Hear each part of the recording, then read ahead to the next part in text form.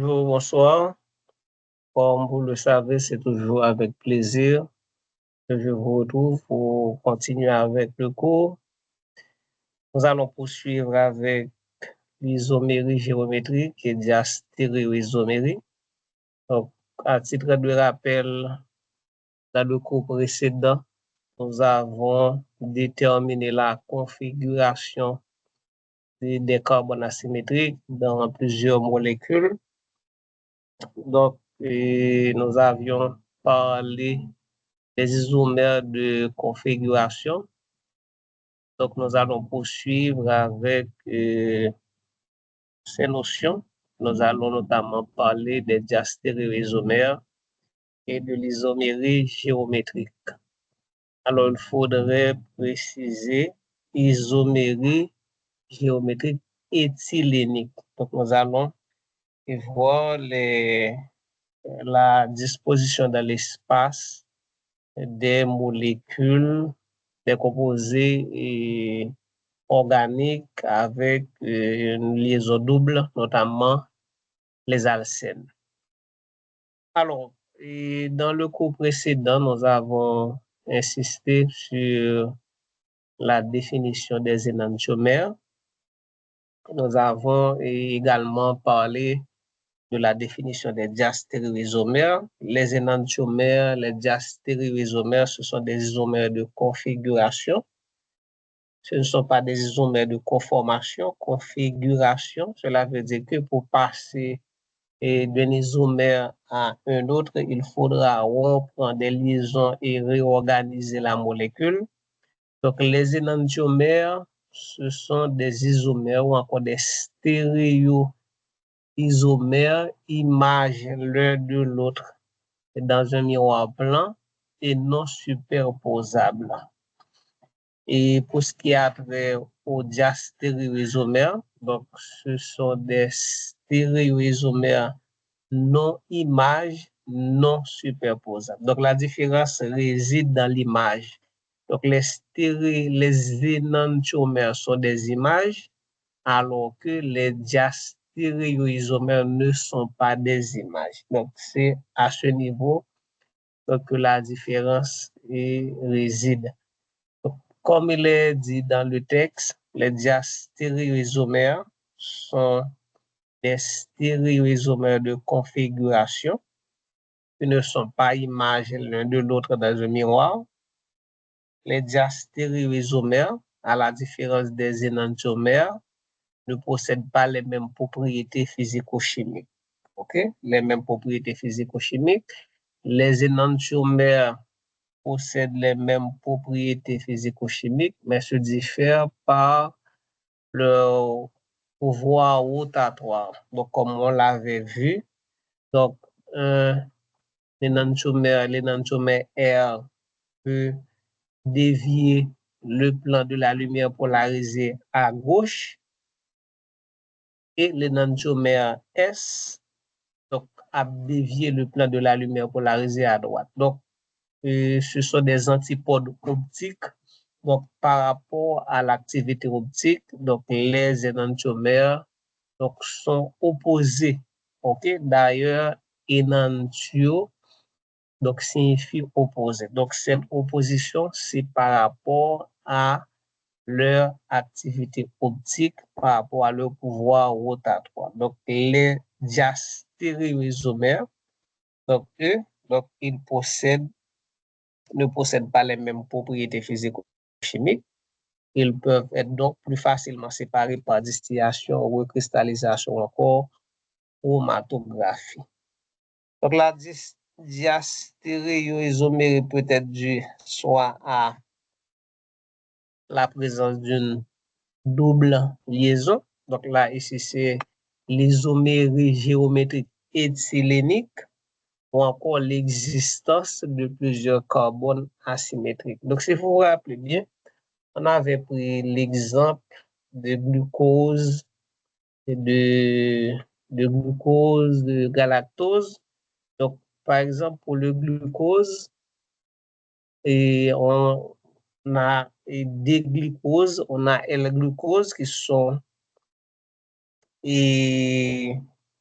des énantiomères, alors que donc, si vous prenez des galactoses, des glucoses, donc c'est des molécules qui ont la même formule brute, même formule semi-développée, même formule brute, même formule semi-développée, mais par contre, leur formule développée donc, montre des différences au niveau de la disposition spatiale des groupes. Donc, par conséquent, des glucoses, des galactoses ne sont pas des images. OK? Donc, ce sont donc des diastéréoisomères. Donc, là, c'est des exemples de diastéréoisomères avec 4 atomes de carbone asymétriques. Donc, glucose, galactose, il y a 4 atomes de carbone asymétriques. Donc, ce ne sont pas des images miroirs. Donc, et ces composés sont non superposables. Donc, ils possèdent la même formule brute, la même formule semi-développée. La différence réside au niveau de la formule développée.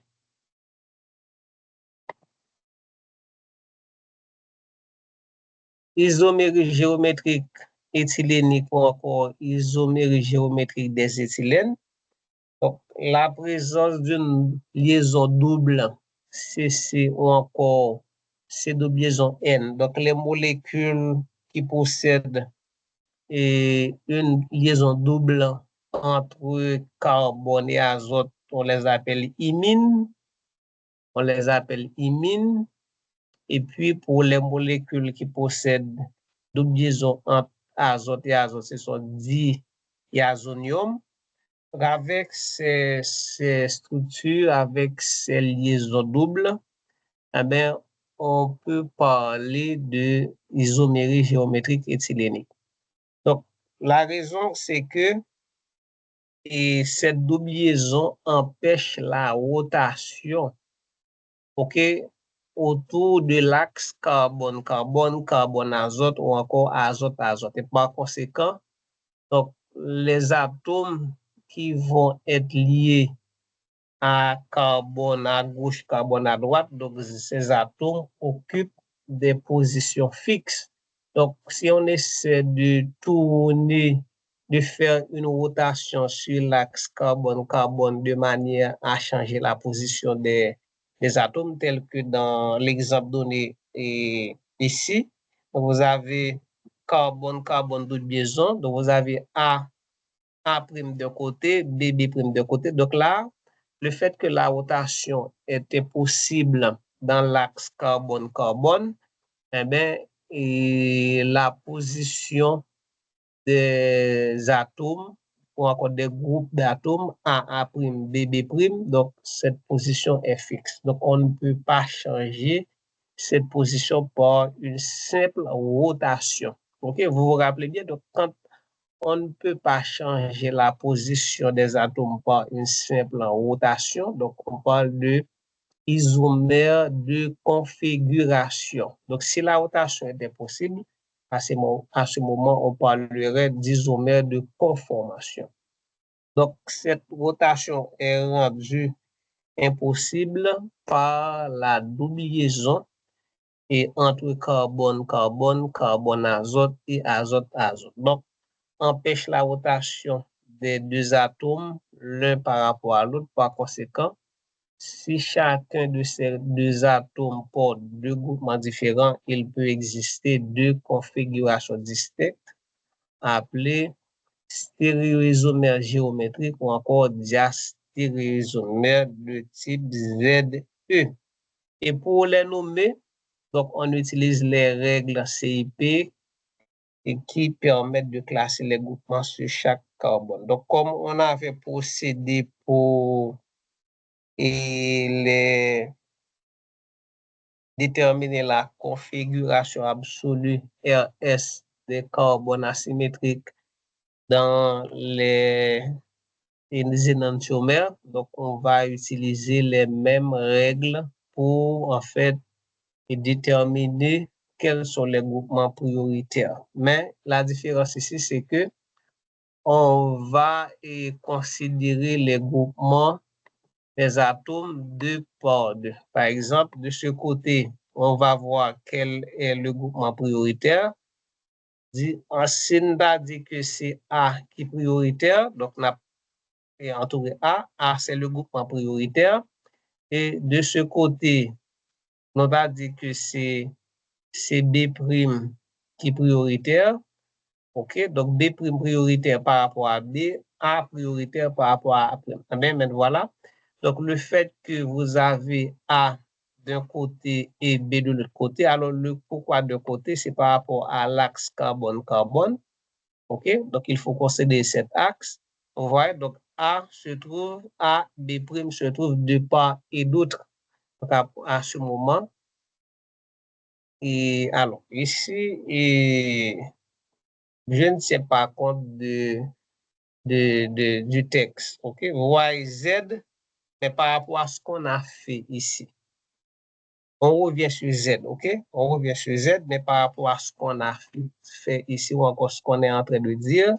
Donc, A est prioritaire par rapport à A', B' est prioritaire par conséquent. Eh bien, ici, c'est E par rapport à A et B'. Donc, ici, on a mis Z.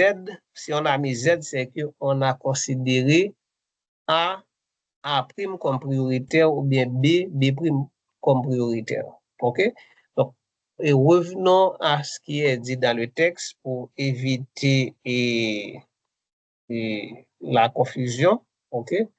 Parce que dans le texte, donc, on a considéré A' comme prioritaire. OK?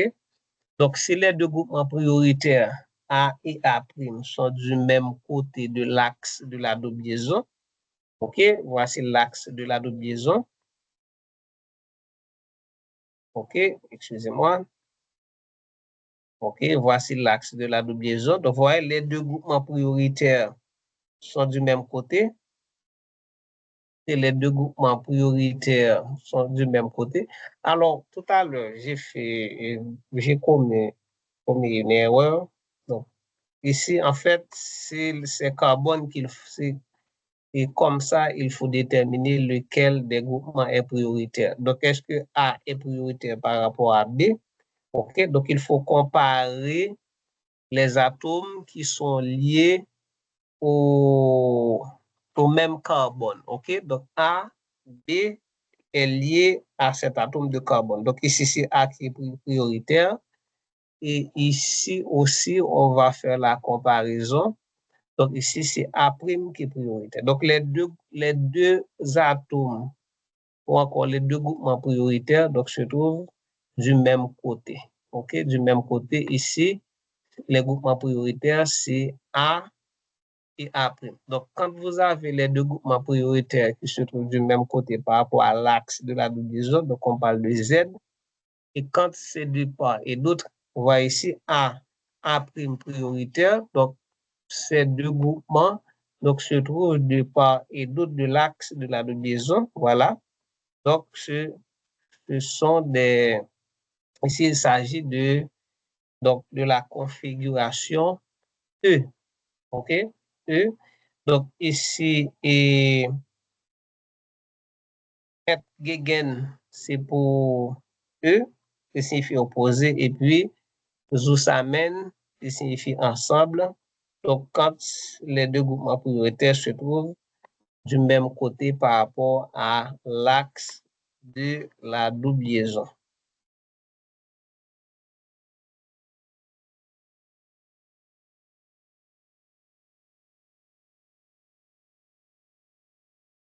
Et donc, on a avancé.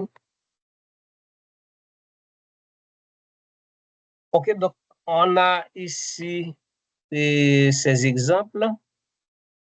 Alors, qu'est-ce qu'il faut faire? Donc, il faut comparer les atomes ou groupes d'atomes qui sont liés au même carbone. Ici, voici l'atome de carbone. Donc, les deux carbones qui partagent la double liaison, si vous voulez, je peux reprendre cette molécule. Voilà, C, double liaison C. Donc, ici, on a CH3. En bas, on a hydrogène. OK, donc on va faire la comparaison entre hydrogène et CH3 pour déterminer lequel de ces groupes est prioritaire. OK, donc entre CH3 et hydrogène, donc on va comparer les deux groupes qui sont liés à cet atome de carbone, le carbone hybridé sp2, cet atome de carbone qui est hybridé sp2. Donc on va faire la comparaison. Donc ici c'est hydrogène numéro atomique égal à 1, hydrogène numéro atomique égal à 1, carbone numéro atomique égal à 6. Donc vous êtes d'accord avec moi que le groupement CH3 est prioritaire. OK, donc CH3 est prioritaire, vous voyez. Donc on a encerclé CH3 en rouge pour ce que c'est prioritaire. Et de l'autre côté, on regarde qui est-ce qui est prioritaire. Donc ici, vous avez un atome de carbone. Donc c'est cet atome de carbone qui partage la double liaison. OK, donc carbone, double liaison, ça, qu'il y a avec double liaison, il y a avec COH, il y a avec CH3. Donc on va comparer CH3 avec COH. Donc, puisque nous avons en premier rang carbone dans COH, carbone dans CH3, donc il faut passer aux atomes de second rang. Donc, dans second rang, qu'est-ce qu'on a ici? On a 3 hydrogènes, H, OK, H, H, H, et ici on a oxygène. On va tenir compte de la double liaison dans ça.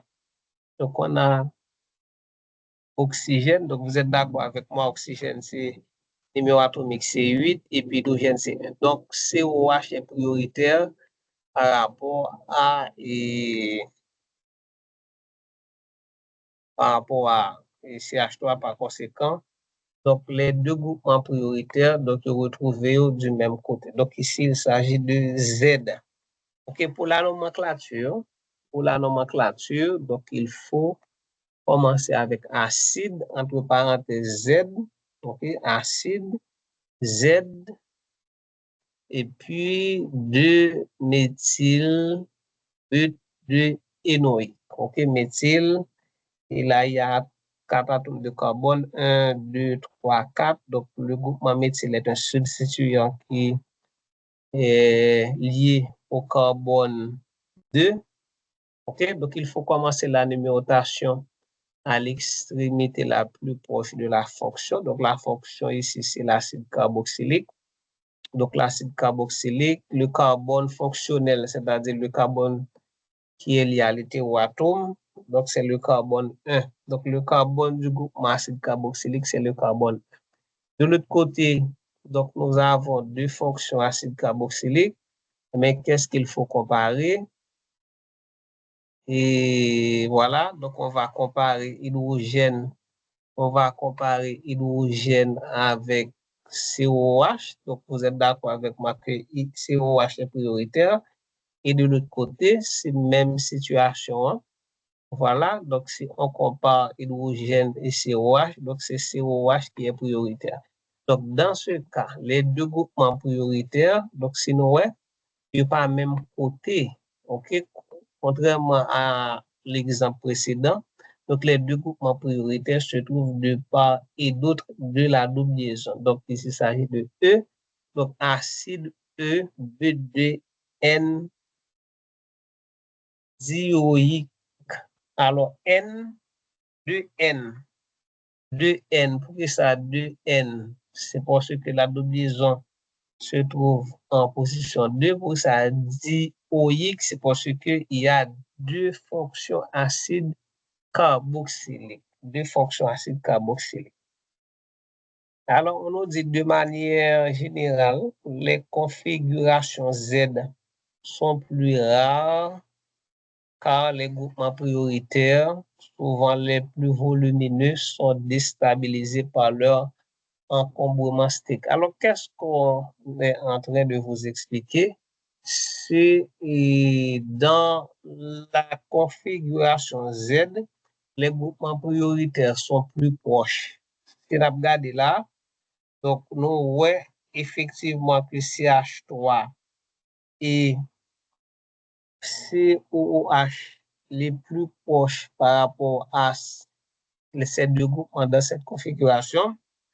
Donc, la proximité de ces groupements ben, donne lieu à des répulsions. Donc, le fait que ces groupements sont proches, et comme vous le savez, ces groupements possèdent des liaisons formées d'électrons ou encore des doublets non liés en forme d'électrons.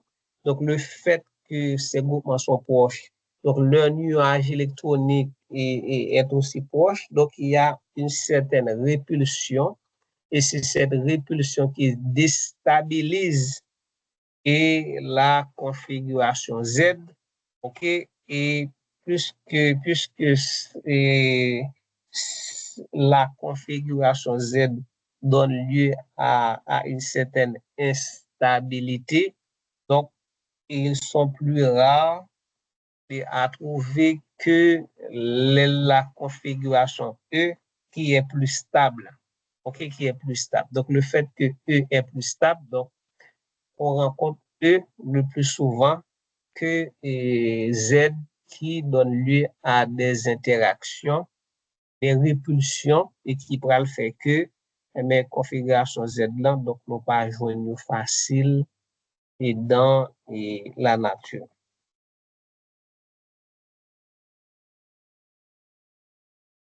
OK, donc il y a aussi l'isomérie cyclanique cis-trans. L'isomérie cyclanique cis-trans. Et cette fois-ci, c'est pas avec en double liaison, mais c'est avec un cycle, ou bien, on a bien dit cyclanique. OK, il faut avoir un cyclane, OK, avec des groupements qui sont capables soit trouver du même côté du cycle ou bien de part et d'autre du cycle. On nous dit la diastéréoisomérie cis-trans est utilisée dans les composés cycliques et porte deux substituants R identiques. Elle repose sur la position relative des deux substituants. Donc, on nous dit si les deux substituants se trouvent du même côté du plan défini par le cycle définit un plan et c'est la position des deux substituants R identiques. Quand on dit R, c'est pas obligatoirement un groupement alkyle. Donc, ça peut être n'importe quel autre groupement. Donc, maintenant, et puis, et ça, oui, ça peut être n'importe quel groupement. Par exemple, ça peut être CH3, ça peut être OH, tout comme ici, on a mis CLCl. Donc, si les deux groupements se trouvent du même côté du plan défini par le cycle, donc on a l'isomère 6. Et si ces deux groupements se trouvent de part et d'autre du plan défini par le cycle, et à ce moment, on parle de trans. OK? Donc, ici, vous voyez les deux atomes de chlore sont projetés du même côté, c'est-à-dire vers le haut par rapport au cycle. Donc, il s'agit de l'isomère 6, alors que dans l'exemple de droite, donc vous avez un atome de chlore qui est projeté vers le haut, un atome de chlore qui est projeté vers le bas, et par conséquent, donc ces deux atomes identiques se trouvent et de deux côtés différents du cycle. Donc, il y a un qui est en haut cycle, il y a un qui est en bas, et par conséquent, on parle de trans. On parle de trans. Donc, trans, c'est comme si on a fait on va essayer de relier deux atomes ça yo. Donc, axe, ok, on a dit axe que on a fait pour relier, donc la passer et obligatoirement à travers le cycle ouais, trans. OK? C'est comme si nous avons la transpercé cycle, la traversé cycle. OK? Alors que si on va relier deux isomères dans deux groupements, mais deux chlores dans l'isomère 6, donc on a un accent par traverser et cycle.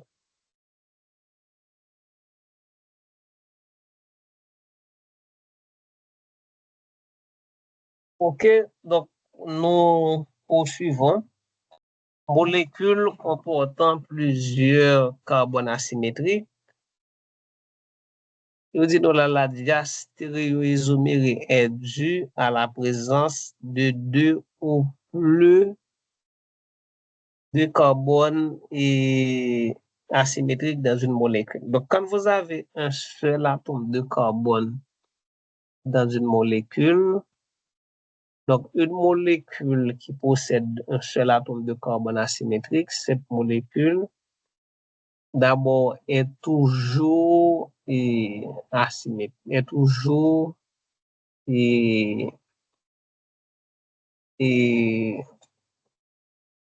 je dirais, cette molécule est toujours chirale. Voilà le mot que je cherchais.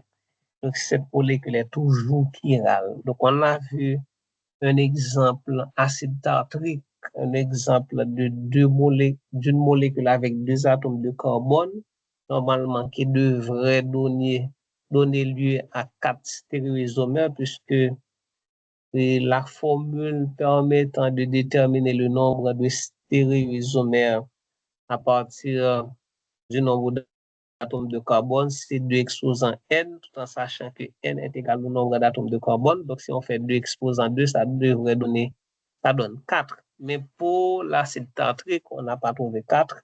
C'est tout simplement parce que, mais en fait, cette molécule, en fait, gagne deux, une molécule et dans 4 molécules, en fait, il y a 3, il y a 2 énantiomères avec un composé méso en lui-même, c'est parce que l'image, c'est lui-même encore. Donc, si l'image, c'est lui-même, par conséquent, c'est la même molécule, il n'est pas capable d'exister en deux. Donc, c'est ça. Donc, maintenant, quand vous avez un seul atome de carbone, la molécule est toujours chirale. Et pour cette molécule, il n'y a pas de... Puisque là-bas, deux énantiomères.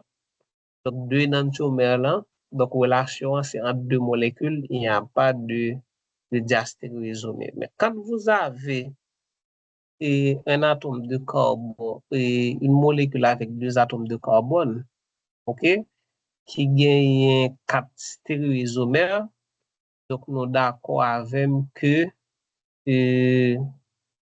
on va gagner 2 paires d'énantiomères et puis 2 paires d'énantiomères, ça leur fait relation entre eux pour réaliser que gagne qui est par image et qui non superposable. Donc, je vais prendre un exemple avec vous. En bas, nous gagnons un couple d'énantiomères A et A'. OK? Un couple d'énantiomères A'.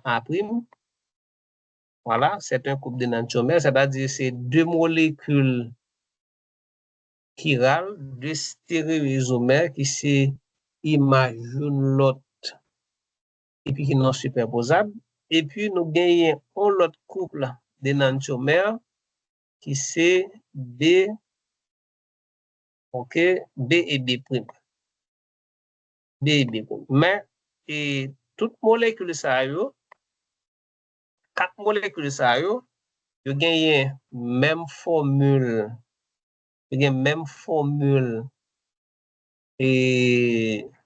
formule semi-développée, même formule brute. Donc, différence, c'est au niveau des formules développées, okay? Au niveau de la disposition des atomes dans l'espace dans la formule développée. OK? Et tout à l'heure, je cherche un exemple bien pour nous, un bel exemple avec les sucres. Et nous allons considérer un sucre qui a 4 atomes de carbone, érythrose et triose. OK? Donc, on va chercher les sucres ça pour nous capables de comprendre bien. Et on a donné l'exemple ici. OK? Même on va le faire avec de vraies molécules pour nous capables de bien comprendre. OK. Donc là, maintenant, et la relation entre A et A', c'est l'énantiomérie. Ce sont des énantiomères. La relation entre B et B', c'est encore l'énantiomère. Maintenant, quelle est la relation entre A et B? Quelle est la relation entre A' et B? Quelle est la relation entre A et B'? Quelle est la relation entre A' et B'? Puisque toutes molécules ça yo, 4 molécules ça yo dérivé de la même formule brute, yo gagne même formule semi-développée. Donc, différence c'est dans la disposition dans l'espace des groupes, des atomes dans la formule développée. Donc, normalement, il faut que nous connaissions qui relation. Donc, la relation entre A et A', c'est l'enantiomérie. La relation entre B et B', c'est l'enantiomérie. Par contre, la relation entre A et B, c'est diastéréoisomérie. Et il y a une façon pour nous capables de comprendre la relation, mais ça pour nous faire, c'est on quoi. Ouais, nous faisons quoi. Donc, quoi veut dire qui ça? Donc, A', B, diastéréoisomère, A, B', diastéréoisomère. Ensuite, ouais, donc nous relions ça ensemble. Ouais, voilà. Donc, A, B, diastéréoisomère, et puis, et A', B', diastéréoisomère. Mais par contre, entre A' énantiomérie, et puis B', énantiomère. Donc, c'est ce qu'on a fait ici. Et c'est ce qu'on a fait ici. Ouais, donc là, ce sont des énantiomères. OK? Donc ici, ce sont des énantiomères. OK? Deux couples d'énantiomères.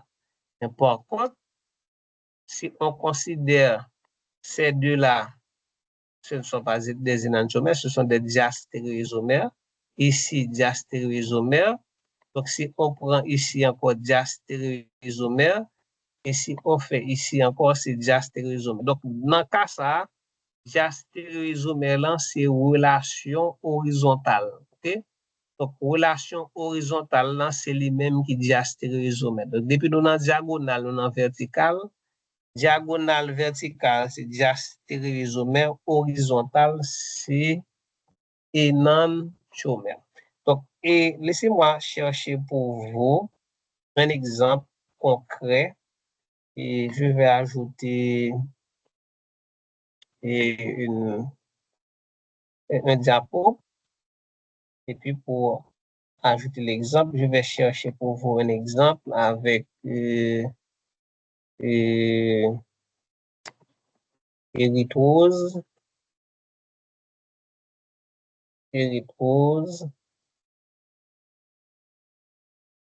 et triose. J'espère me joindre. Triose, voilà, érythrose, triose, diastéréoisomère. Là, mais je vais me schéma ça, j'ai besoin de 4.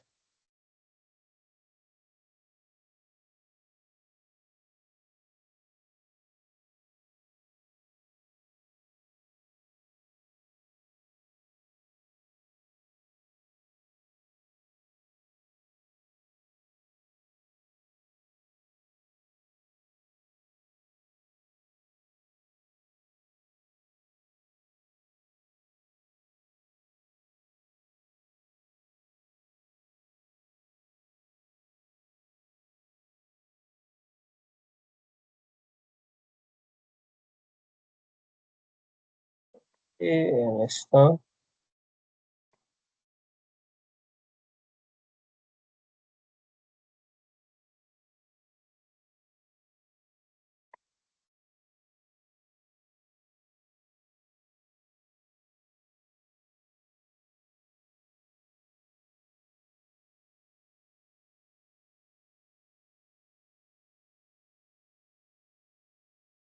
OK, bon, par exemple, ça, schéma ça.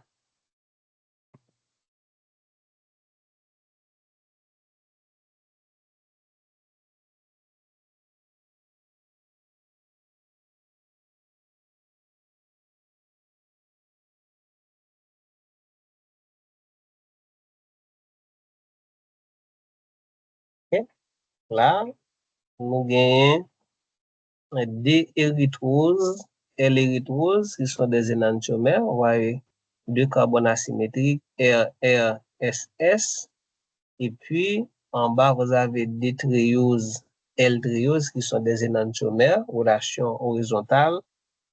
R, carbone 3, carbone 2, R, carbone 2, et R, non, carbone, je reprends. Ici, on a carbone 2, ici c'est S.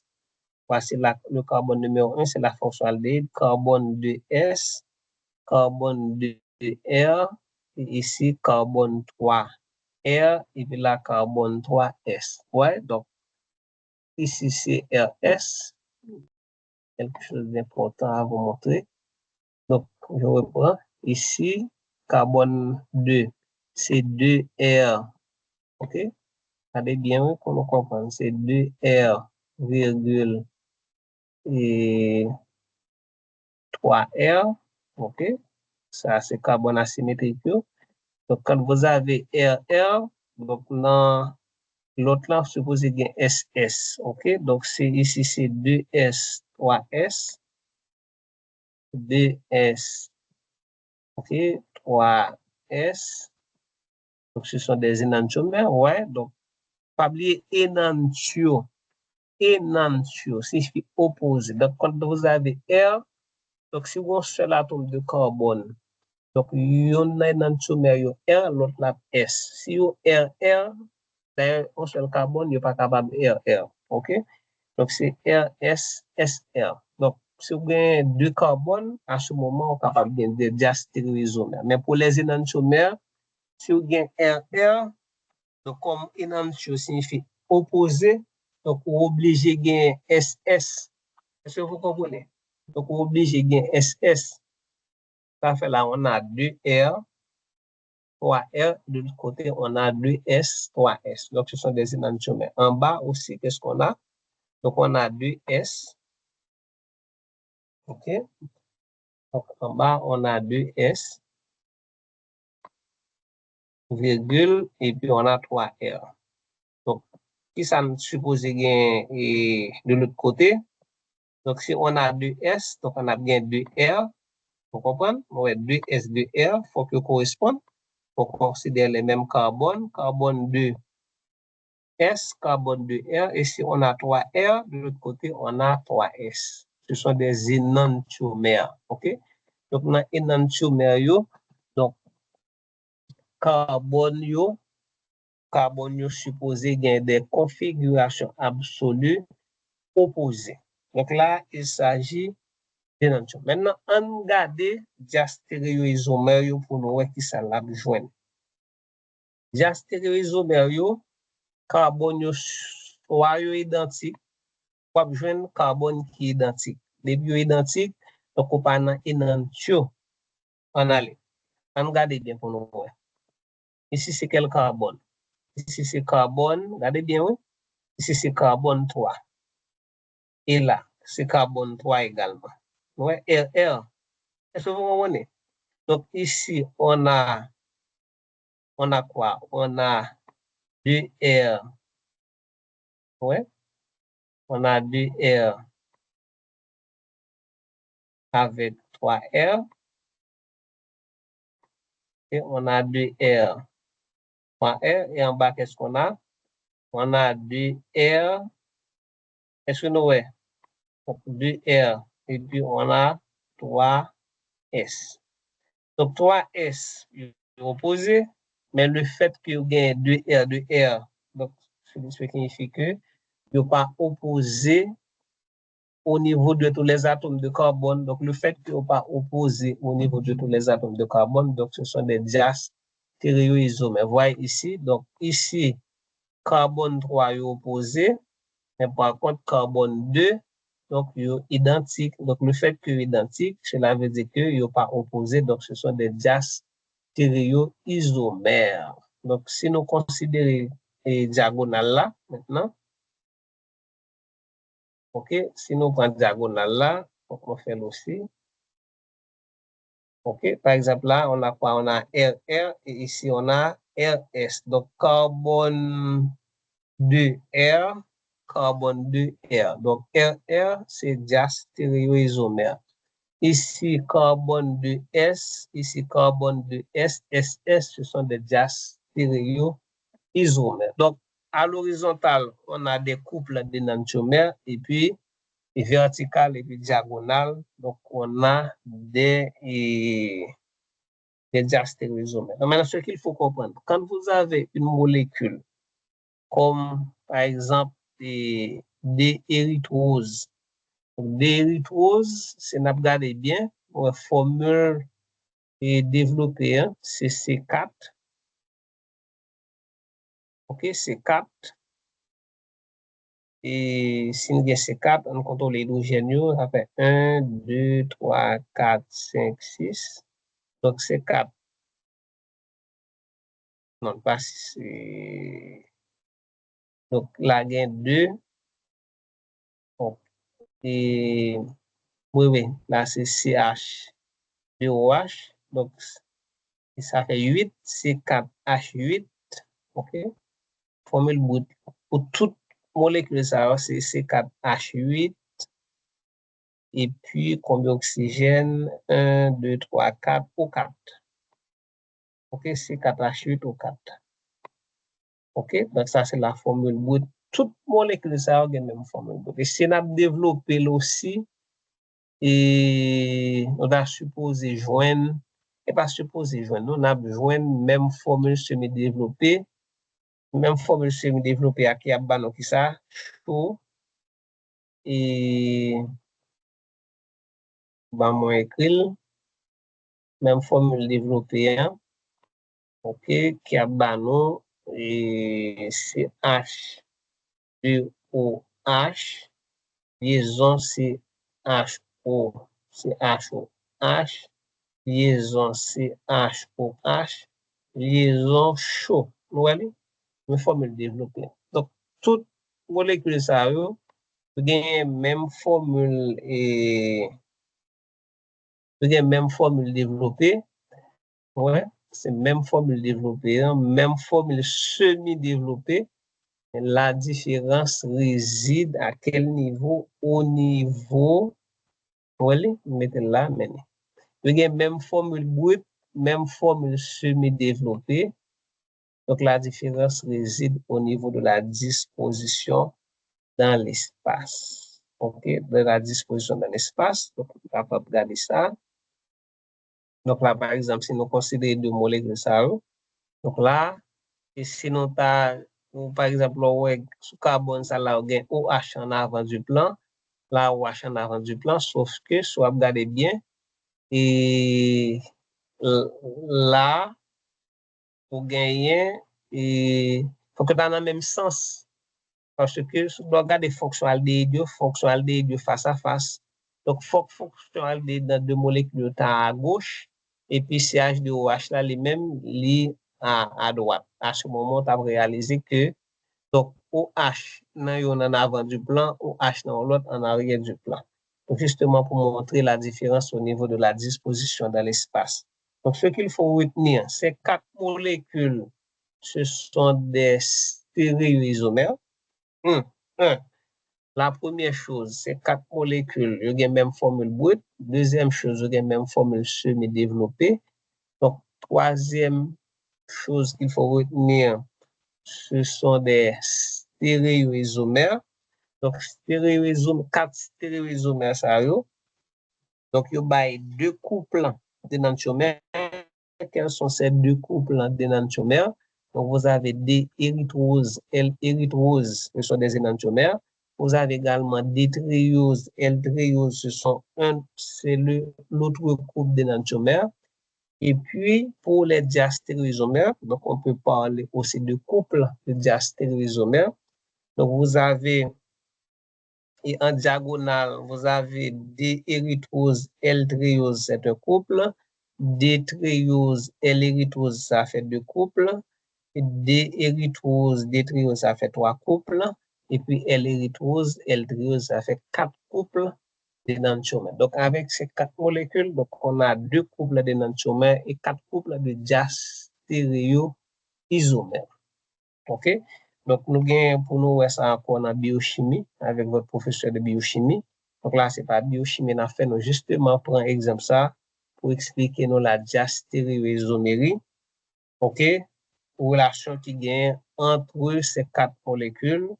Donc, molécules, ça gagne deux carbones asymétriques. Pas oublier qu'on parle de diastéréoisomérie dans le cas de molécules avec une double liaison entre carbone, carbone, carbone, azote ou encore azote, azote, ou encore pour les molécules qui possédaient plusieurs carbones asymétriques.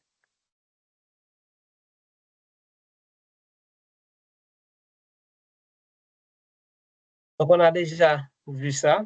Donc, quand une molécule possède plusieurs carbones asymétriques, on prévoit deux configurations possibles pour chacun. Donc, pour chaque carbone asymétrique, il y a bien deux configurations possibles. Donc, il est capable R, il est capable S. Donc, maintenant, le nombre maximal de stéréisomères, donc, nous sommes capables de déterminer par la formule de exposant N. Mais dans la biochimie, probablement, vous serez capable de parler de 2 moins 2 ou encore 2 moins 3. Alors, 2 exposants N-2, 2 exposants N-3 pour les aldoses et les cétoses, on a fait biochimie. Mais là, dans notre cas, puisque nous parlons de biochimie, nous ne parlons pas parler des sucres, vraiment, donc c'est 2 exposants N.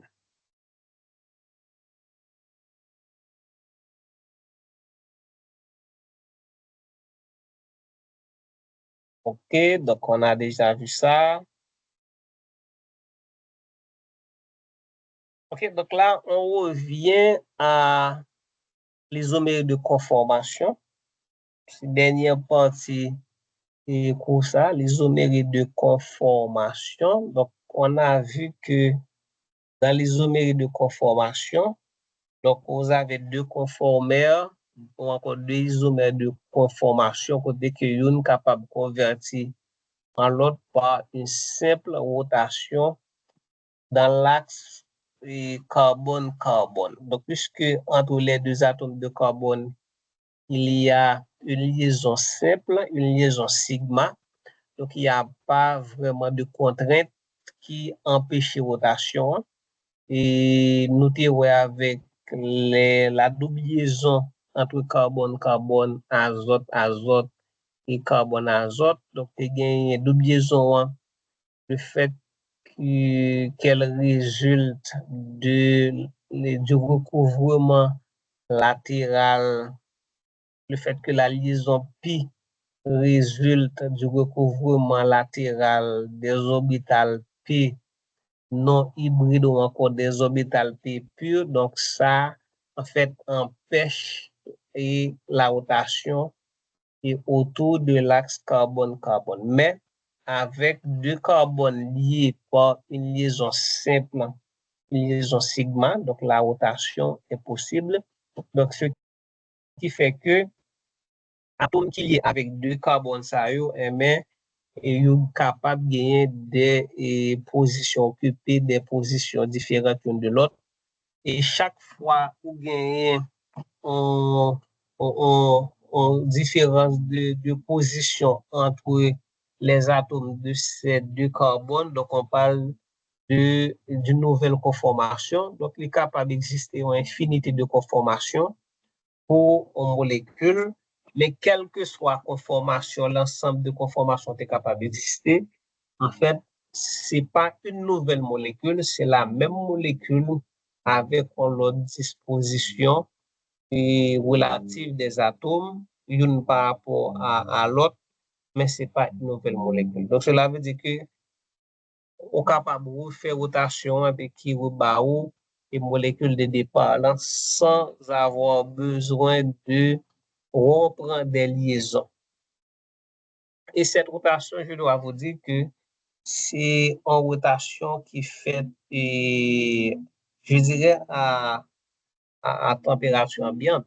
OK? Donc, ce qui fait que son bagage qui est possible.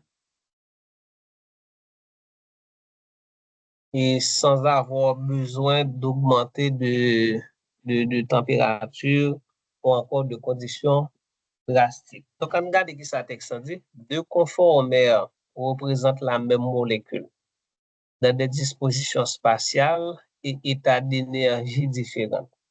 Le passage d'une conformation à une autre se fait par simple rotation autour d'une liaison simple sans rupture de liaison, ce que vous savez déjà. Ce passage ne nécessite que quelques kilojoules et se fait rapidement à température ambiante, je l'avais dit, et le même composé existe successivement sous différentes conformations en équilibre entre elles.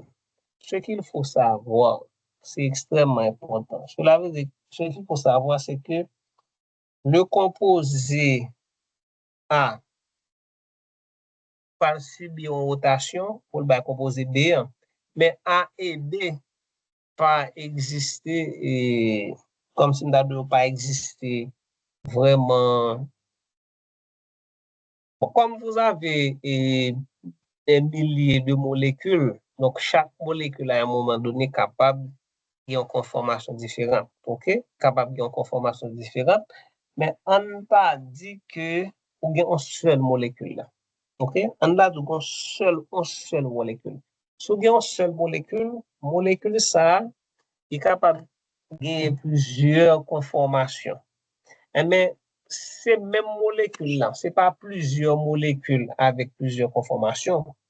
Pour reprendre, pour prendre pour nous, nous avons une seule molécule là.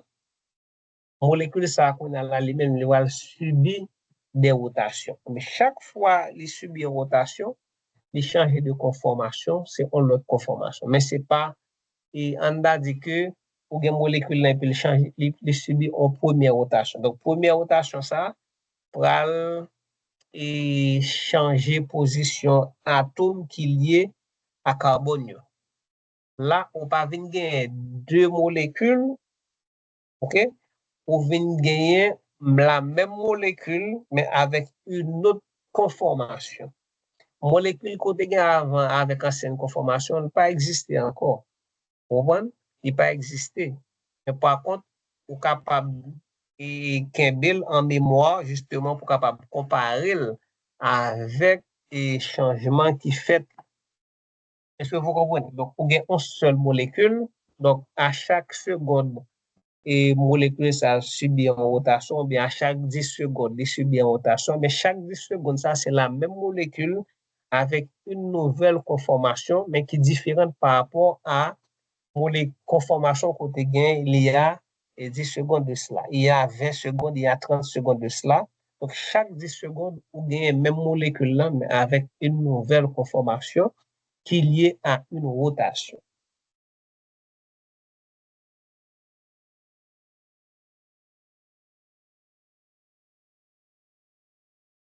Je dis donc que l'isomérie de conformation, c'est-à-dire la possibilité que les molécules peuvent subir des déformations sans que leur liaison se casse, a une énorme importance dans le vivant.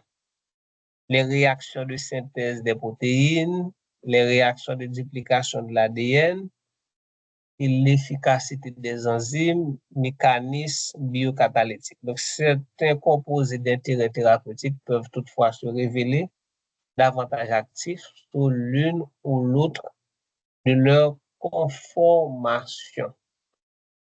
Et en fait, une importance. Alors, ce qu'on a expliqué ici, c'est que et si nous prenons par exemple les protéines, il y a plusieurs niveaux d'organisation dans les protéines. Il y a structure primaire, structure secondaire, structure tertiaire, structure quaternaire. Maintenant, si on considère la structure tertiaire, c'est comme si vous êtes capable de prendre un câble et nous charger le téléphone ou bien nous prenons un casque à fil et puis nous prenons nous ployer. Donc, l'eau prend nous ployer, il vient une structure tertiaire dans les trois dimensions de l'espace. Maintenant, et une molécule existe comme exemple par là, par exemple, son protéine est capable de forme arrondie, en forme globulaire, côté que chaîne carbonée est ployée et soit en forme qui est plus ou moins circulaire. Eh bien, il y a un bagage qui fait que la molécule est capable d'adopter forme, ça veut dire conformation, ça c'est parce que la rotation est possible entre les atomes de carbone de la chaîne carbonée. OK? Donc, ces rotations, vous imaginez une chaîne carbonée côté que pas de rotation. Donc, c'est-à-dire chaîne si pas de rotation, chaîne ça tape droite, longue. Donc, rotation fait que donc, il y a possibilité pour gagner et en fait différentes conformations dans les molécules, dans les bio-macromolécules. Et en plus, fois conformation ça mais yo déterminant dans la fonction de ces protéines.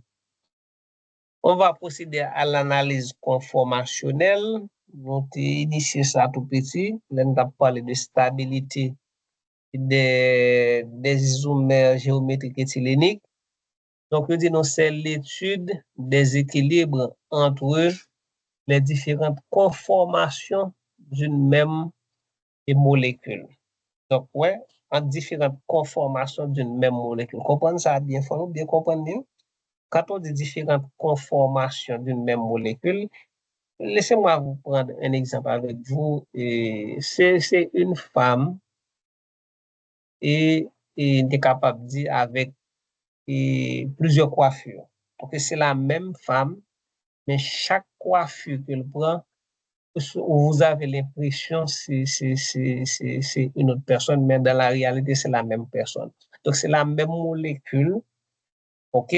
Mais côté que atome qu'il y a avec carbone, yo pas la même position, une par rapport à l'autre. Donc, c'est ce qu'on appelle la conformation, mais ce n'est pas des molécules différentes, c'est une seule molécule avec des dispositions relatives de leur atome et dans l'espace. La barrière d'énergie à franchir pour passer d'une conformation à l'autre est faible, donc température ambiante, donc ce qui explique que les molécules tournent, excusez-moi, librement autour de la liaison carbone-carbone. On considère l'éthane. L'éthane, CH3CH3. Donc, nous pourrons essayer d'analyser l'éthane avec la représentation de Newman. Représentation de Newman. OK, donc cette représentation va nous permettre effectivement d'analyser la position relative des hydrogènes du carbone 1 par rapport au hydrogène du carbone 2. Donc, vous voyez bien, dans l'éthane, il y a deux carbones. Donc, on va essayer d'analyser la position des hydrogènes de chaque atome de carbone.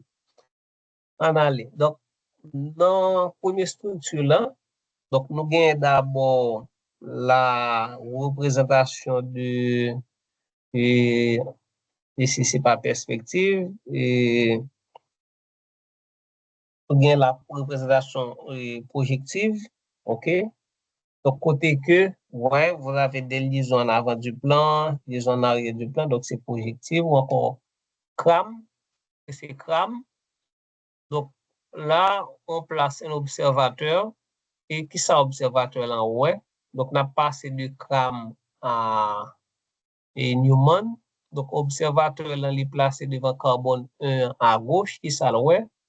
En l'air, il ouais HA, voici HA en l'air. Et puis, à sa gauche, il ouais HB, et puis à sa droite. Alors, bon, mettre bon, faire un petit tonton pour nous. On est capable, ouais. OK, mais observateur, non, ça c'est tête li. OK, donc voilà. OK, ça c'est pile. Et puis, voici sa main. OK, donc ça c'est main. OK, donc maintenant, la regarder dans ce sens. Donc, si la regarder dans ce sens, vous êtes d'accord avec moi que ici c'est sa droite et ici c'est gauche. Voilà. Donc, on a là, ça en l'air, HA. Et puis, comme HB est en arrière du plan, donc, OK, s'il est en arrière du plan, c'est-à-dire qu'il est orienté vers sa main gauche, comme HC en avant du plan, donc il est orienté vers sa main droite. Vous voyez, vers sa main droite. OK? Et en avant du plan, c'est ça le fait. OK? Donc là, nous voyons, c'est ça. Donc, nous voyons HB à gauche et puis H. On a là pour deuxième atome de carbone. Non? Donc, le premier atome de carbone est représenté par un point. Deuxième atome de carbone représenté par un cercle. Donc, on a déjà fait ça. Donc, qui ça observateur là? Ouais, en bas, il y a HF, et puis à sa gauche, il y a HD. Voilà cette liaison. Et puis à sa droite, en avant du plan, il y a HE. Voici HE à droite. On a là, on regarde. Les atomes en rouge, les atomes d'hydrogène en rouge, donc c'est les atomes d'hydrogène du carbone 1. Les atomes d'hydrogène en bleu, c'est les atomes d'hydrogène du carbone 2. Comment nous voyons l'hydrogène ça positionné par une par rapport à l'autre? Là, nous voyons que il passe au même axe. C'est-à-dire que si nous prend un hydrogène, OK, si nous prend un hydrogène, je fais une projection hydrogène ça, à hydrogène devant, je fais une projection à l'arrière. Ou du moins, si je fais un axe, regardez bien, si je fais un droite, sortir l'hydrogène ça, pour me faire aller tout droit. Là, nous voyons bien, il n'est pas croisé avec l'hydrogène ça. L'aime souvent ça, on fait en droite, ouais, droite ça, il n'est pas croisé avec l'hydrogène en bleu, parce qu'il n'est pas sur le même axe. Donc là, on a une conformation décalée. On a une conformation décalée. Donc, par exemple, l'hydrogène, ça là, l'hydrogène, ça là, si je fais un axe, aller là, la passe dans le mi-temps de ça. C'est comme si je gagne, en réalité, c'est ça, là. Voilà, je gagne, voilà. Donc, l'hydrogène, ça, lui-même, la passe là. L'hydrogène bleu, c'est là, la passe dans le mi-temps. Ouais, on va mettre en bleu, ouais.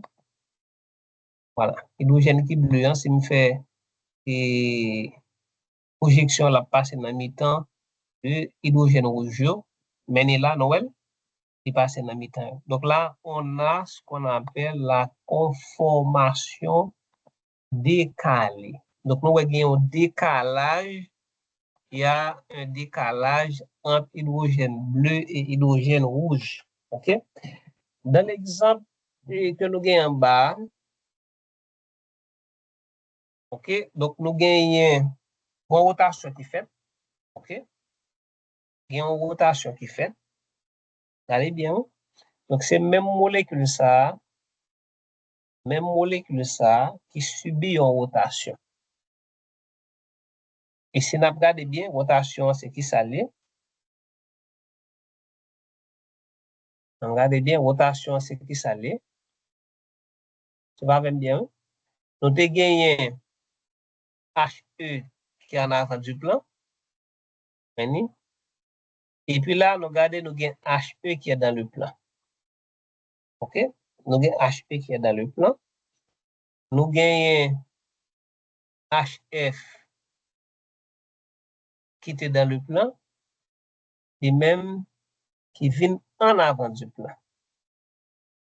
OK? Et puis nous avons HD qui était en arrière du plan, qui toujours est en arrière du plan, sauf que les sorties en l'air, les passés en bas.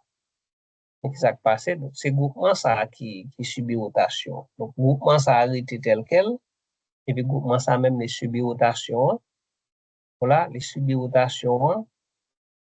Nous sommes capables de dire, si nous mettons un observateur là, l'observateur a pour subir rotation de la gauche vers la droite. Okay? Ça mettait un observateur là, donc ça peut subir rotation de la gauche vers la droite.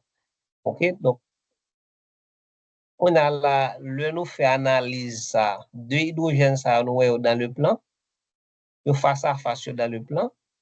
OK? Donc, si vous dans le plan, là, je pense que nous plus ou moins comprendre. Le fait que dans le plan, quel que soit l'axe, on est passé là, la passe surtout de hydrogène. Parce que tout est dans le plan. Noël? Tout est dans le plan. Donc, axe moi passé là, la passe surtout de hydrogène. Donc, ça de hydrogène, ça, il y a même axe, ouais, parce que dans le plan, Là également, deux hydrogènes ça yo en avant du plan, même axe. OK? Deux hydrogènes ça yo en arrière du plan, même axe. Et ce là. Par contre, en l'air, nous avons un hydrogène en bleu HF qui est dans le plan. Ça HC en avant du plan, HB en arrière du plan. Donc, ça veut dire que HF, c'est une forme projection, il ne peut pas passer sous HC. Il ne peut pas passer sous HB. Parce que HB, HC pas dans le plan. Donc, la passe dans mi-temps. Ouais, la passe là. C'est là la passe. La passe dans mi-temps là. Donc là, c'est ça que fait nous là. Nous avons HA qui tombe sous HB, c'est ça? Bon, c'est ça, on va ouais. HE, HA tombe sous HE, HB tombe sous HC. Et non, c'est HB tombe sous HD et puis HC tombe sous HF. Donc là, on a la conformation éclipsée. Conformation éclipsée, ça veut dire que ça? Le fait que, regardez bien, le fait que HA et HE dans le plan, observateur là, s'il a regardé à travers HA, il n'est pas pour HE parce que HA a éclipsé HE parce que ils sont même accent, donc ça qui est devant a éclipsé ça qui est derrière. Là, si je regarde dans l'axe HF, eh bien, il n'est pas éclipsé HB ni HC parce que pas dans le même plan. Est-ce que nous comprenons? Donc, le fait que pas dans le même plan, donc, une ne pas cacher l'autre.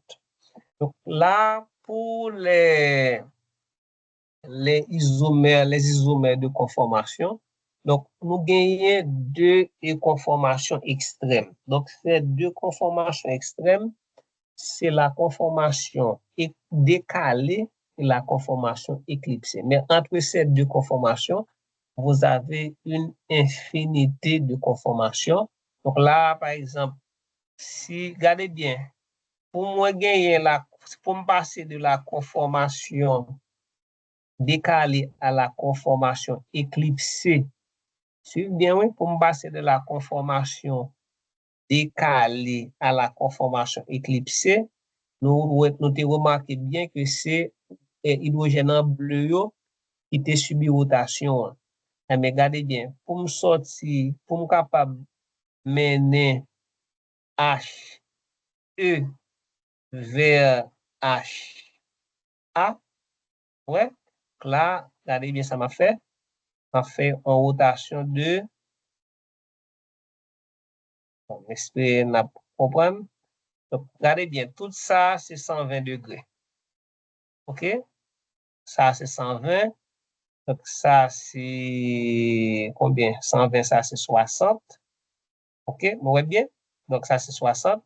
Donc, pour me sortir là, pour m'arriver là, ça fait 60 degrés. Donc, il y a une rotation de 60 degrés de la gauche, de la droite vers la gauche. Dans la conformation décalée, la bonne la conformation éclipsée. Ouais?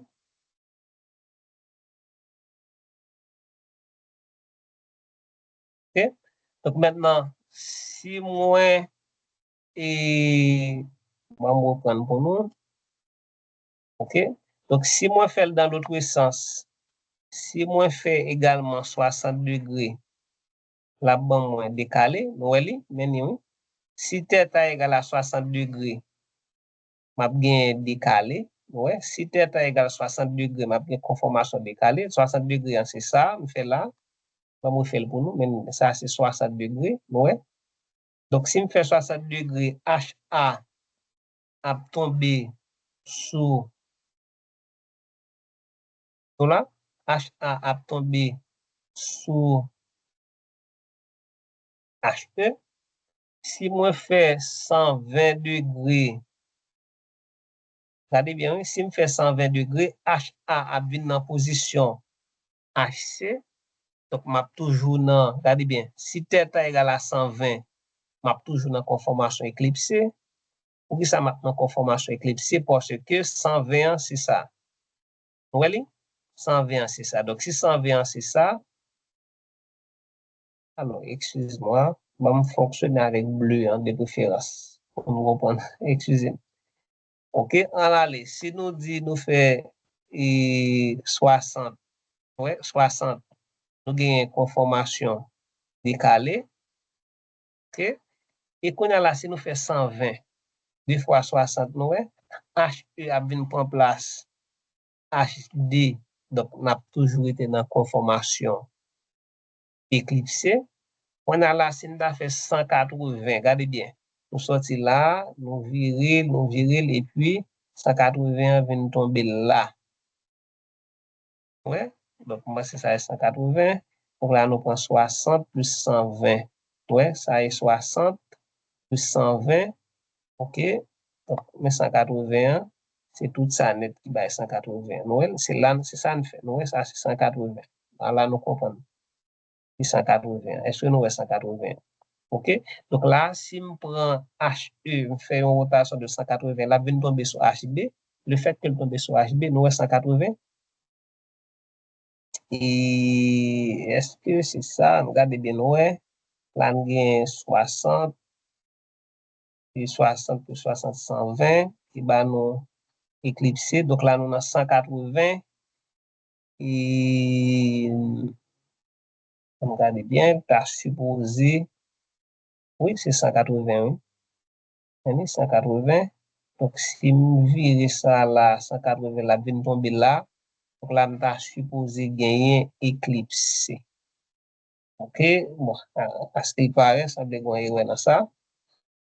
Et nous avons supposé gagner éclipse. OK? Donc, comprenez bien. Donc, je reprends.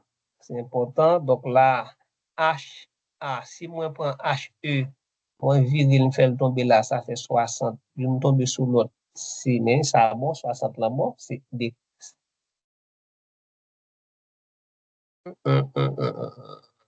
Non. Et là, il faudrait comprendre dans quel sens et alpha tourner.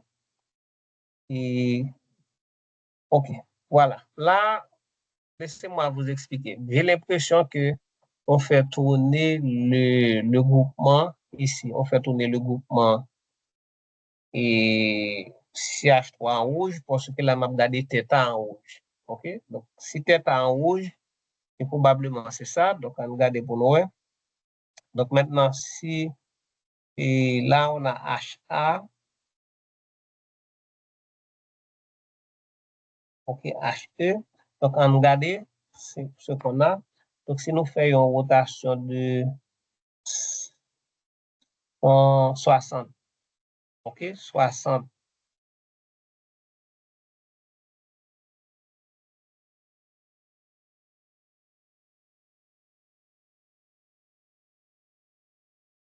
Une rotation de 60. Là, on a supposé bah, nous. Hein?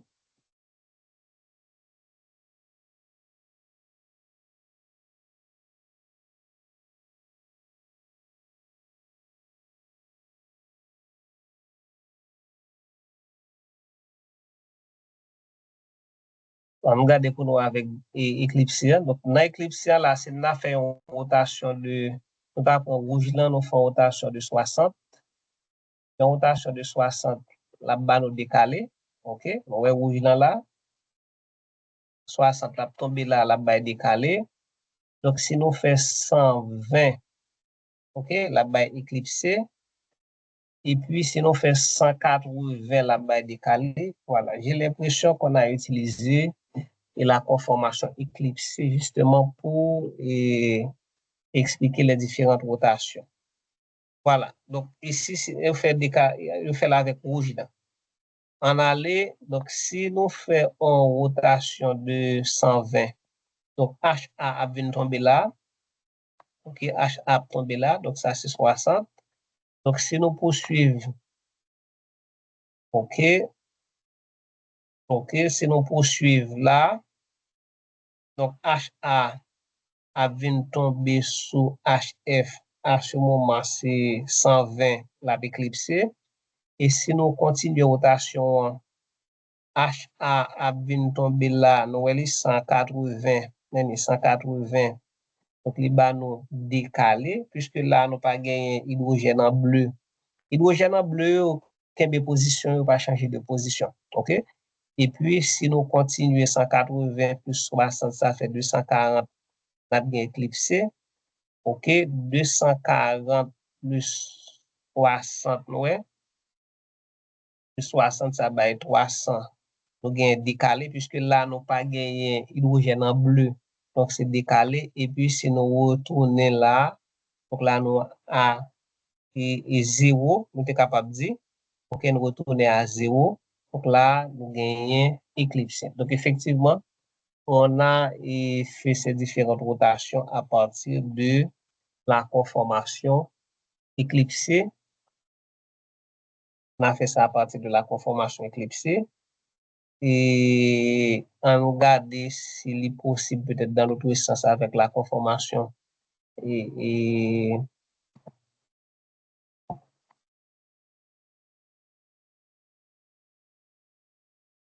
regardez, donc là, si nous faisons des rotations avec HA, ici là-bas, et 60, c'est 60 degrés. Donc, on a bien éclipsé. OK, non, pas bon. OK, donc c'est avec éclipsé, on fait ça. Donc, si on fait avec HA sur HE, ça fait 60, c'est décalé. Donc, c'est éclipsé. Donc, c'est pas bon. Donc, là, ce qu'il faut retenir ici, c'est qu'on a utilisé la conformation éclipsée.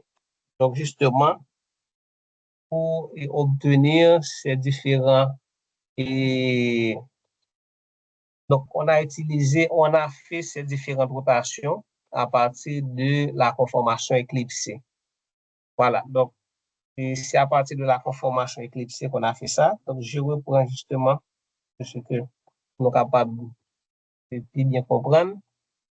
Donc, on a gagné là la conformation éclipsée. Donc, vous voyez bien que H rouge, HA tombé sur HE, HB tombé sur HD, et puis HC tombé sur HF. Donc, une caché l'autre, donc c'est la conformation éclipsée. Donc, maintenant, si nous prenons HA, nous faisons une rotation de 60 degrés. OK, une rotation de 60 degrés. Alors, montrez-nous bien. Nous, ouais, c'est là divisé en 3 parties. Donc, chaque partie, ça c'est 120 degrés. Donc, 300, 3 fois 120, dans la map divisé pour nous en 60 degrés. Vous voyez? Donc, chaque partie, ça vient nous 60 degrés. Diviser chaque 120 en 2, donc il vient 60 degrés. Donc, regardez bien, si nous prenons HA, nous faisons rotation, nous arrivons là, ça va 60 degrés. Donc, à 60 degrés, nous avons une conformation décalée. Pourquoi ça décalé?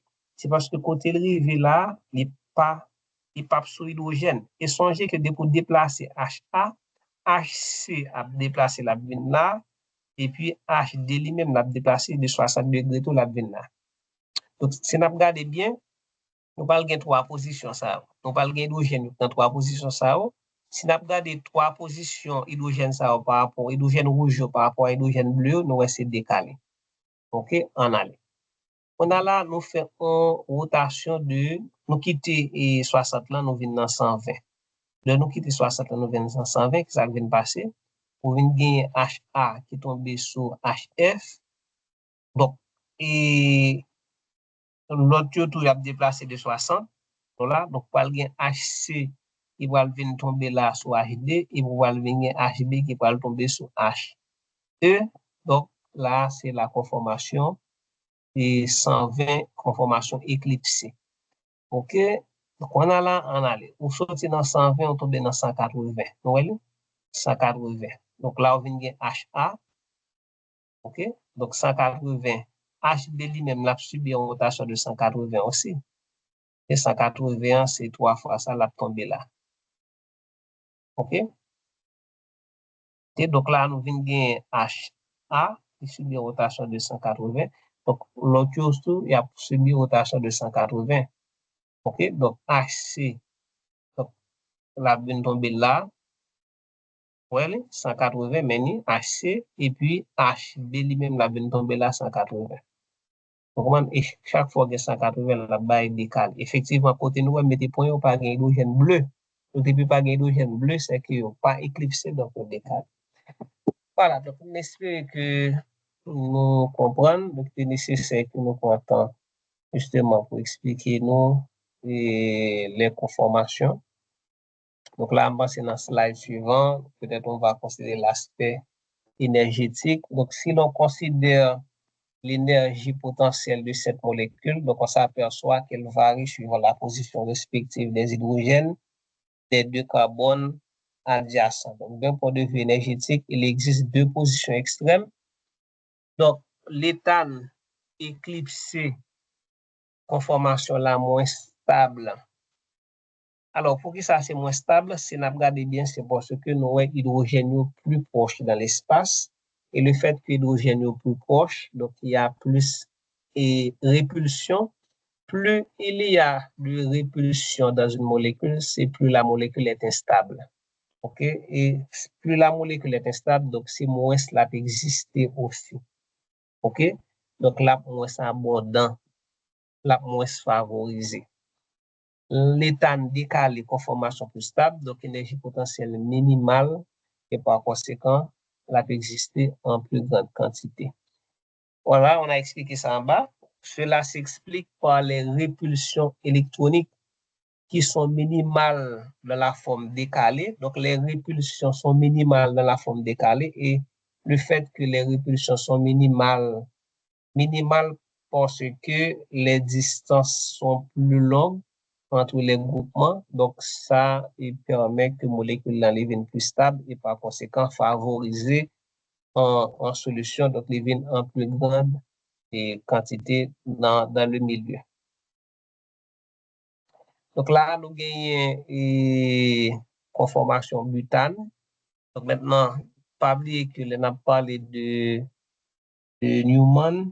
Donc, pour Newman, il faut tenir compte de deux atomes de carbone. Donc, dans ce cas, on a considéré, puisque nous gagnons CH3, donc on a considéré carbone 2 et carbone 3. Donc, avec carbone 2 carbone 3, donc là, nous regardons différentes conformations que nous gagnons là. Là, nous gagnons une conformation décalée. Regardez bien, oui, conformation décalée côté que CH3, yon 3, donc on pourrait parler de anti, ok? Et là, c'est on décalé anti. Et puis, rotation. Donc, rotation, ça, donc si on regarde bien, qui groupement là qui subit rotation, c'est carbone 2 hein, qui a tourné par rapport à carbone 1. Carbone 1, si nous avons le carbone, oui, carbone 1, ça qui est devant observateur, lui-même, il était en place. Ok, il était en place, c'est carbone avec groupement violet, groupement CH3 violet qui a déplacé. Donc, nous là, il est déplacé et de la droite vers la gauche, dans le sens des aiguilles d'une montre. Ok, donc nous là, il est déplacé d'un angle à peu près 60. Ok, donc il sorti dans, donc là, c'est un angle de 120. Donc nous là, il était là. Ok, et puis il est passé là, il est à 120. Là, il est presque 180. OK? Et puis, 180, là, il passe à 240. OK? Donc, si on regarde CH3, on va côté le donc, il fait une rotation de 240 degrés, mais il ne pas fait le deux coups, non? Donc, il prend une première rotation, c'est à peu près 60. Après ça, il fait 120. Après ça, il fait à peu près 180. OK? Et puis, de 180, il passe à 240. Donc, si on regarde CH3, deux molécules extrêmes là, CH3 ça avec CH3 ça là, nous d'accord avec que. Donc, il était là au commencement, et là, il était, CH3 était là. OK? CH3 était là. OK? Donc, il passe là. Il passe là, il fait combien? 180. Et puis, 180 plus 60, il va 240. Voilà. Donc, cela veut dire que pour molécule ça, vous êtes capable soit considérer chaque degré. Là, vous avez une infinité de conformations, une infinité de. Donc, ben, pas maintenant tête nous que toute molécule ça existe, non. OK? Donc, il pas existé une seule molécule là qui existait. Chaque fois molécule a changé de conformation, et bien c'est une nouvelle conformation qui existait. Donc, pas maintenant tête nous capable d'isoler ou bien extraire chaque conformation ça. Non, c'est la même molécule, donc avec à chaque fois une conformation différente. C'est pas des conformations pour capable extraire, c'est une conformation différente. OK, mon capable enregistrer conformation pour faire des études et, et entre les différentes conformations. Donc ici, c'est lentille, vous voyez. Et il dit, d'un point de vue énergétique, les conformations les plus stables sont les conformations décalées. La plus stable de toutes étant la conformation anti. Donc là, nous n'avons que presque des conformations décalées. OK? Donc décalé, mais on dit dans tout décalé, donc ça qui est plus stable, c'est anti, en côté que alpha égale à 180. Voilà, c'est ici alpha égale 180. Donc là, c'est une conformation décalée. OK? Là, c'est une formation décalée. Alpha égale à combien? Et c'est soit 60. Là, alpha égale 180. Et puis, et là, en fait, on a utilisé la conformation de cyclohexane. En fait, cyclohexane, ce qu'il faut dire par rapport à ça, donc on a l'habitude d'écrire cyclohexane comme ça. Donc, on ne va pas s'attarder là-dessus. Et voilà. Mais en réalité, cyclohexane n'est pas une molécule plane. OK? Cyclohexane n'est pas une molécule plane. Donc, j'en ai représenté cyclohexane, il est capable d'exister sous forme chaise. OK? Voici la forme chaise. OK? Il est capable d'exister sous forme bateau aussi. OK? Voici la forme bateau. Alors, ce sont des conformations. Donc, cyclohexane n'est pas une molécule plane. Tout comme cyclopentane, et cyclobutane. OK? Cyclobutane, si n'a pas écrit, nous avons tendance à écrire comme ça. OK? Mais dans la réalité, ce n'est pas forme ça vraiment. OK? Forme cyclobutane, c'est ça dans la réalité. OK? Voilà. Cyclobutane, c'est comme ça s'écrit en réalité. Est-ce que nous, c'est comme ça lié dans la réalité. Donc, sauf cyclopropane, qui gagne en structure et plane, je dirais, mais les autres cyclanes, à partir de 4 atomes de carbone, ils ne sont pas plane. C'est-à-dire 4 atomes ne sont pas dans le même plan. Donc, si on regarde là, nous avons 2 atomes qui sont dans le même plan, et ça au même dans le même plan. Donc, 2 plans différents. OK? Donc là, cyclobutane, lui-même existe sous deux, est capable de 2 conformations, la conformation chaise et la conformation bateau. Donc maintenant, pour passer de chaise à bateau, donc il y a passé par une conformation intermédiaire, c'est demi-chaise. Donc là, nous avons chaise. OK? Nous avons chaise. Donc, chaise, on passe de demi-chaise pour le capable de bateau. Bateau, encore passe de demi-chaise pour le capable de chaise. OK? Donc, demi-chaise, c'est des formes intermédiaires entre chaise et bateau. OK, chaise et bateau. Donc, si on regarde études énergétiques, donc, nous voyons que les chaises là, les plus énergétiques. OK? Et bateau, est plus ou moins énergétique aussi.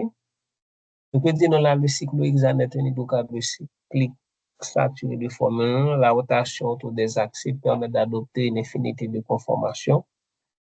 Et donc, on dit nos conformations et remarquables sont obtenues pour le cyclohexane. Il s'agit des formes appelées chaise et bateau.